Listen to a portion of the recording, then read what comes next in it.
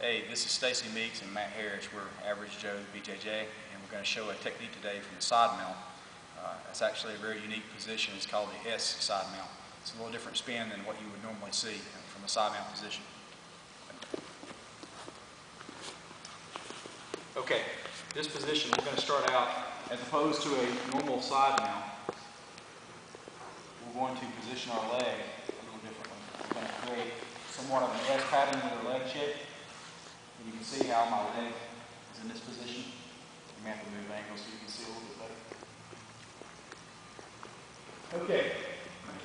Yeah, I can. Okay.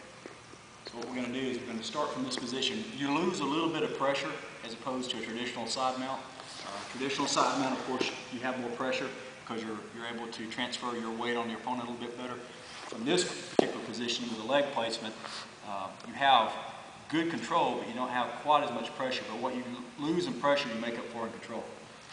So the first arm bar in this position, obviously there's some crucial detail. I would want my opponent's elbow up off the mat. If it's down on the mat, obviously I'm not going to be able to transition to this position very well.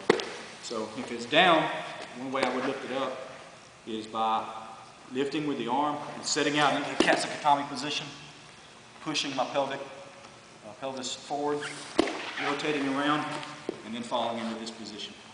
Okay, now you can see his elbow is up in this hip pocket. It's very secure, and this enables me to go for the lock that I'm trying to get here.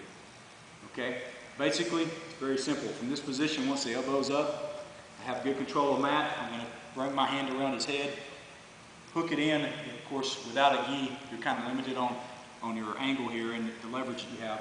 But I'm going to grab my 4 fingers on the back of his shoulder.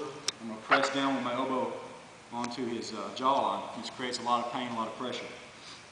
Next step is simply stepping this foot over my opponent's head. Now, as I fall back, this knee will come up to keep him from coming up on me, and I'm going to fall back into a very tight, good armbar position. So, again, at a little bit quicker pace. The elbow's down, he's in a defensive posture.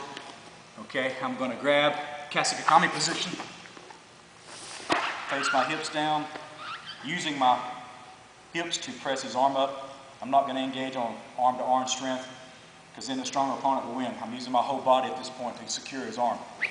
And then I'm going to come back down to this S side mount.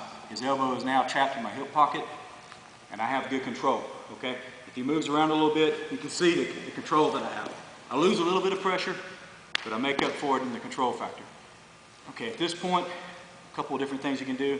I like to come here and grab the back of his shirt, back of his shoulder with my fingers, apply pressure to his cheek, and then I'm simply going to step over his head, making sure that you bring your foot back in, the back of his head very tight.